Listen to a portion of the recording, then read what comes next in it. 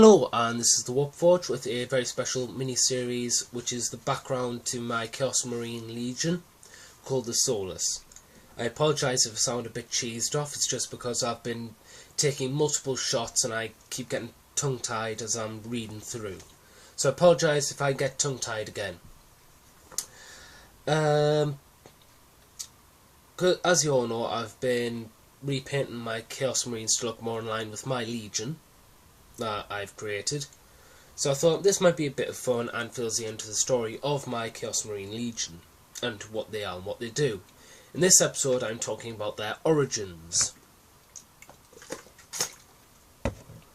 So, without further ado, let me begin.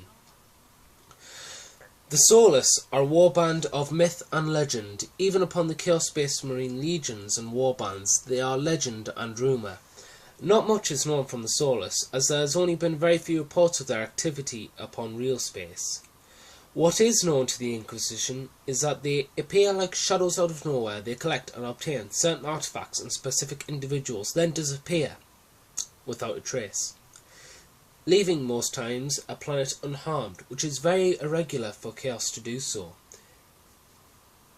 This unnerves the Inquisition very much, and is also seen as an omen. In many cases, when a sighting of the Soulless appear, it is usually followed by a demonic invasion or a warband attack, and the Inquisition is very keen on more intelligence on these, ghost warriors.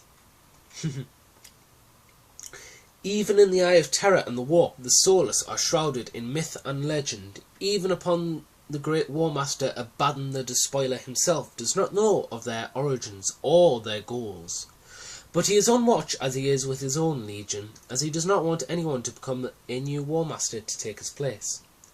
Some say in the Warp they are ghosts or incorporeal beings of insane space marines from the Abyssal Crusade, looking for retribution or injustice that had been thrust upon them. Others say they are an omen for any race to look upon them, for they are far more a horror than a regular Chaos Marine.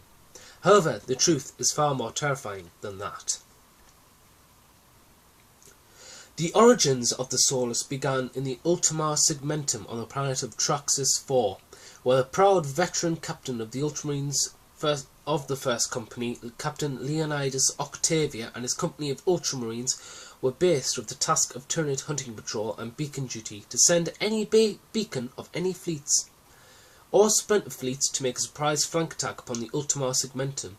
This, whilst the captain knew it was important to the sector, he felt this was a personal disdain upon his honour, as he was a proud veteran for the war for Macragge, and as he defended his beloved fortress walls on his home planet, he saw his whole squad ripped apart before him by Raveners, which he then ripped apart with power axe and plasma pistol, rage thrust upon him.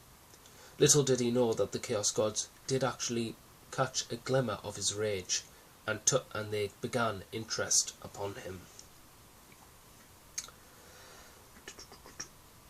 The night he entered the planet's atmosphere, he began having strange visions and flashbacks, mixed into constant bickering voices, tempting him and bickering constantly. The apothecaries could not explain these visions, nor could the librarian Scipio. Within 6 months the visions spread upon the librarian. Only then did he realise what it was, and he alerted the captain as soon as he could. What was to happen next was to be the start of the downfall of this doomed company and the uprising of the Legion. The captain and the librarian both agreed to keep these visions a secret, as they knew the Inquisition were in this sector locating traitors, and these visions would only brand the company as heretics and therefore would have to be destroyed. 10 months passed, and 3/4 of the company were gaining these visions, and the behaviour was also altered, as every Ultramarine was becoming more bloodthirsty with each kill they made on the hunting patrols. They started talking out of turn for an Ultramarine, and they started wearing skulls on their belts as trophies. The Master of the Forge on this mission was also acting more antisocial than a usual Tech Marine. usually is spending more time in the forges creating more ambitious weaponry, which was also unstable as well. But still, the Inquisition did not inquire upon this, as they were too busy hunting down the renegade guard and what appeared to be, by records, a strong Primaris Psyker. 2 more months passed, and the majority of the company as a whole was receiving the same visions as the captain. Only when the Inquisition landed upon the planet of Traxxas 4 did they notice all the oddities of this company, and just as they found the renegade Psyker and began inquiries upon the Ultramarines, the Psyker was torn apart and exploded, only to have released a warp portal of Leviathan scale, trapping the Inquisition and Ultramarines upon the planet. In that instant, the visions all clicked in for the company. They saw the Imperium for what it was, a fascist environment, that all of a sudden, that all the deaths they had made for the Emperor were all in vain, for the Emperor could not hear them, not ever. The captain, the librarian, and the master of the forge all bowed to the demons, for they realized they are the true embodiments of gods and freedom. The vast majority of the chapter kneeled before the demons. Then a herald of Khorne stood before the captain. Looking at Glee, seeing nothing more than a sacrifice, he raised his hellblade high, and as he was about to strike, he stopped, and froze as if someone was talking to him, or something. He then grabbed the captain by the chest plate and hoisted him up. He then once again began attacking the Inquisitional forces. By this time, the captain raised his axe and started slaughtering the Inquisitional forces. Then so did the librarian and the tech marine. Then so did the company. The Inquisition and any loyal Ultramarines were cut asunder in a matter of hours in cold genocide. Once oil loyalists were killed, the planet was swallowed in the warp portal, and was never to be seen again to the Imperium. I'm taking a bit of a drink. Apologies for the wait. When the warp engulfed the planet, the captain had a vision alongside the tech marine and the librarian.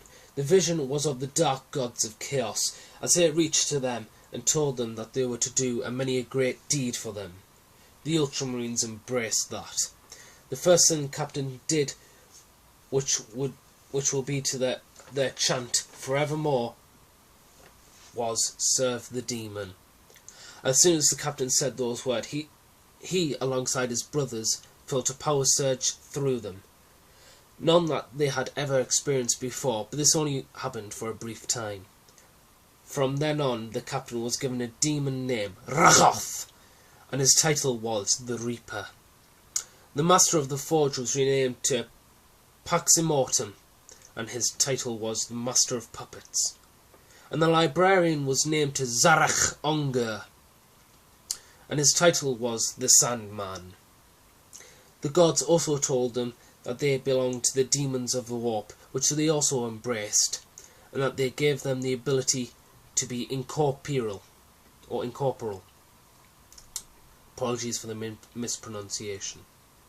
To move through objects without anything to slow them down, and that should they ever fall, they would be reborn on this demon world, which is to become their home. And as long as they did only their bidding, they could have fulfilled anything that they wanted that they were denied from their former lives. From then on, they knew they were the gods' personal legion, and that their goal was to do the gods' bidding without question, and such was the power they were granted, they embraced it. However, this was a double-edged sword. As 2 nights passed, the company felt as if they were in a constant battle with themselves. Even when there was not any enemies the gods required to kill, when Aster, Lord of Change of Tzeentch, appeared and taught them that there was a power, that their power was also their curse.